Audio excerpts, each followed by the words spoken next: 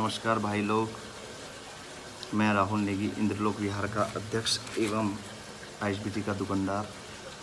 Ward number 70 माजरा में बचपन बीत गया है मेरा, पैदाइशी मेरी यहीं की है। कल मेरे पे एक जानलेवा हमला किया गया जो मुकेश जोशी संचालक श्री राम ट्रैवल हमारे मुख्य द्वार के अंदर कई समय से विरोध चल रहा है उसके खिलाफ, उसके द्वारा किया गया। एवं मेरे गले में एक चैन थी, वो भी उसके द्वारा निकाली गई। मुझे लगता है मुकेश जोशी जो संचालक क्या फर्जी है, उसका खर्चा नहीं चल पा रहा है। उसने वो चैन निकाली, मुझे लग रहा बेच भी दी होगी, और मेरी चैन वो खो गई है या उसने बेची है, क्या किया मुझे खुद नहीं पता। क्योंकि मुझे इतना पता है कि उसकी आर्थिक स्थिति इस टाइम ख़राब हो चुकी है। और ख़राब क्यों हुई है? जनता को परेशान करके। ये फर्जी इंसान, आज तक तो मैंने इसे इज्जत दी, ये फर्जी बुड्ढा कहता हूँ मैं। व्यक्तित्व मेरे से पंगे ले रहा है। आप देख सकते हो कितनी बार इसने मेरे खिलाफ पता नहीं कहाँ विभागों में दे रखा है, कहाँ इसने दे रखा है। कल इसके द्वारा आईएसबीटी जहाँ मेरी दुकानें हैं, वहाँ एक दुकानदार है, फर्जी दुकानदार। वो था, अब नहीं है पहले था, अब नहीं है।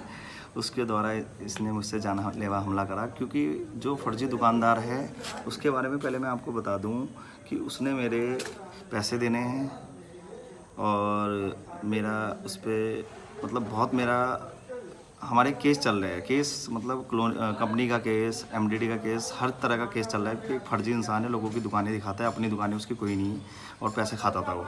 शुरू में उसने मुझे भी ठगा है। मैं आपको एक छोटा स्क्रीनशॉट दिखाता हूँ जो 40,000 का है, जो मैंने उसके अकाउंट में पैसे डाले थे, उसने आज तक मुझे नहीं दिए। मैं आपको दिखा देता हूँ,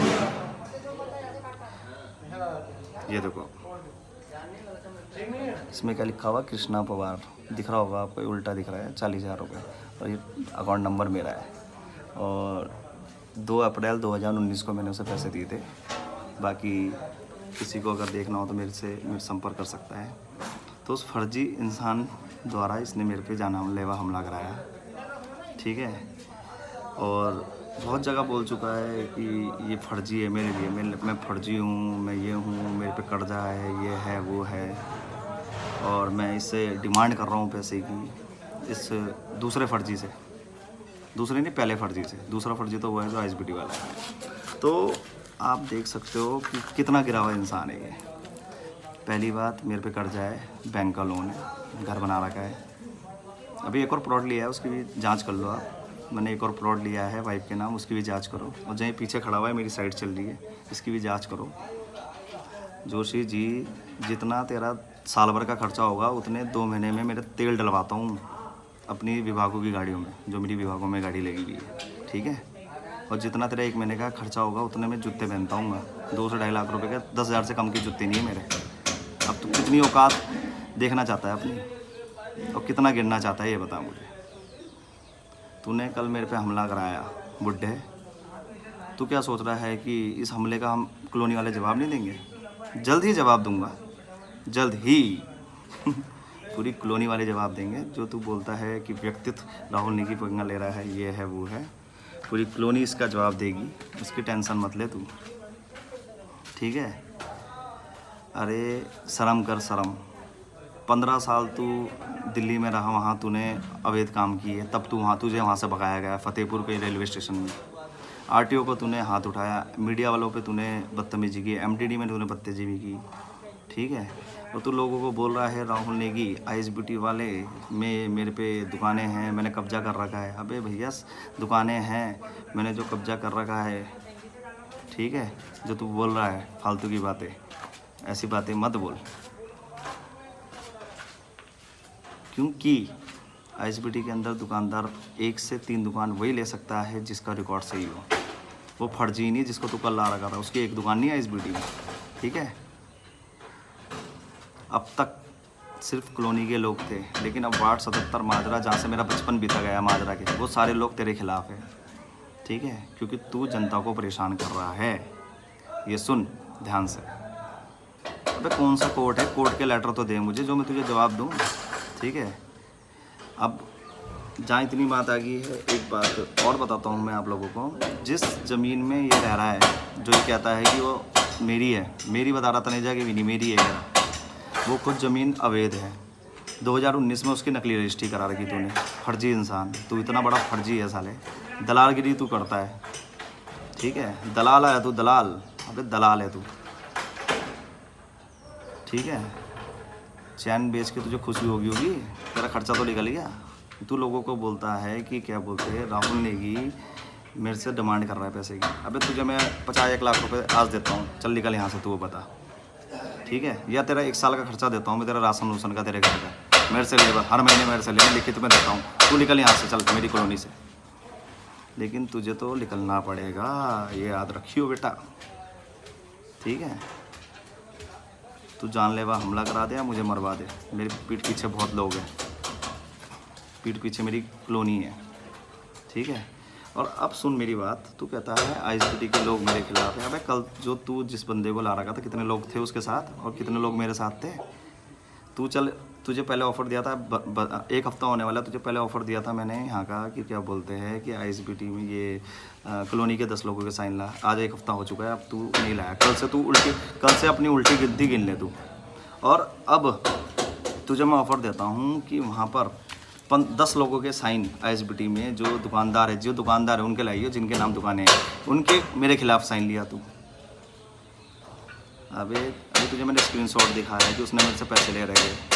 अबे आईएसबीटी में फर्जी लोग हैं, 3-4 लाख रुपए का अपने गवाह दे रखी है, अपनी गवाह दे के लोगों को दिला रखे हैं मैंने, ठीक है। अबे जल रहे हो तुम मेरी तरक्की से, क्योंकि मैं 30-31 साल का घर बना चुका हूँ, मेहनत कर चुका हूँ, बहुत चीज़ें, ये साइडें चल रही है मेरी। अबे तू जब 6-7 बजे सो जाता है, 7 बजे मैं साइडों में आ जाता हूँ अपने, ठीक है। जोशी सुन मेरी बात, तेरी औकात मेरी जूते के लायक नहीं है, मेरी जो जूता है ना उसके लायक नहीं है तेरी औकात, ठीक है। तू गुंडा है, गुंडा, और गुंडागर्दी यहाँ नहीं चलेगी। उत्तराखंड में गुंडागर्दों को जेल में डाला जाता है, याद रखना इस चीज़ को, ठीक है। अब तूने एक चीज़ और है, वीडियो तो तूने लोगों को दिखा दी कि राहुल नेगी को मारा, उसके पीछे की आगे की वीडियो भी तो दिखा, जो कुत्ते की तरह उसे मारा, वो तो बच गया था, सुपरमान, वो मर ना जाता, हाँ। लेकिन पहले हमला उसने किया, तेरे बंदे ने, जितना मैं बोलता हूँ, ठीक है। जोशी घर का खर्चा नहीं चल रहा है तो मुझे बता दियो, मैं तुझे हर महीने 5-10 हज़ार रुपये दे दूँगा, ठीक है, अगर तेरी स्थिति इतनी ख़राब हो गई है। लेकिन ऐसी फर्जी बातें मत कर जिसका कोई वो नहीं है, ठीक है। मैं बार बार तुझे समझा चुका हूँ, मत ले पंगा हम कॉलोनी वालों से, मत ले, लेकिन तू बाज नहीं आ रहा है, ठीक है। और अब सुन जाते जाते लास्ट चीज़, अब तक तो कॉलोनी के लोग थे, लेकिन जल्द ही बहुत बड़ा धरना देने वाले हैं तेरे खंडर ऑफिस को हटाने के लिए, और आरटीओ द्वारा तेरा लाइसेंस निरस्त करने के लिए। क्योंकि कल के दिन, अब तो पहले तो ये था कि कॉलोनी के लोगों को तू हम परेशान कर, कल के तू तो किसी को भी परेशान करता है, आम जनता को तो परेशान कर सकता है। तो मैं एक समाज सेवक हूँ, तो मैं ये होने नहीं दूंगा। तेरा आरटीओ अब लाइसेंस निरस्त होगा। मैं सरकार से गुजारिश करता हूँ इसका लाइसेंस निरस्त करे, क्योंकि ये जनता को परेशान करेगा। कल के दिन कहीं और भी बैठेगा तो वहाँ भी परेशान कर सकता है, ठीक है। बाकी बार बार मैं वीडियो बना के तुझे वो नहीं कर सकता, क्योंकि इतना टाइम नहीं है मेरे कि तुझे वीडियो बना के मैं सच्चाई बताऊँ। क्योंकि तेरी आदत है, मैं तेरे फ़ोन में भी बात को तो रिकॉर्डिंग कर लेता है लड़कियों की तरह। अबे बुड्ढे है, और जिस इंसानों को तू मेरे बारे खिलाफ ला रहा है उनका रिकॉर्ड तो पता कर ले। पहले कर्जे में डूबे पड़े हो, पता नहीं कितना पैसा तो मैंने दे रखा ऑनलाइन। अगर मैं दिखाऊँ तुझे, एक स्क्रीनशॉट दिखा दिए, लाख रुपए ऑनलाइन है उसके खिलाफ, वो भी कुत्ते की तरह आया था मेरे पास। भाई जी मुझे पैसे दे दो थोड़ा, राहुल भाई थोड़ी दिक्कत हो रही है, मैंने डाल दिया ऑनलाइन, और अभी तुझे दिखा भी दिया मैंने। तो ऐसे बकचोदी जैसी बातें मत कर, ठीक है। अब तू दलाल है, तेरी स्थिति ख़राब है, तेरा बसों से चल रहा था, अब बसें भी बंद होने वाली है, तो तू कुछ दिनों में कटोरा मांगने वाला है। जल्द ही तेरे हाथ में कटोरा आने वाला है, ये याद रखियो। बाकी तू जहाँ भी जा, कोर्ट में जा, कहीं भी जा, ठीक है। धन्यवाद भाई जी। इसकी औकात बता रहा था, अब तक मैं आप करके बातें कर रहा था, लेकिन इसकी औकात नहीं है आपकी। ये फर्जी इंसान है, फर्जी को फर्जियों की तरह बात करो। धन्यवाद।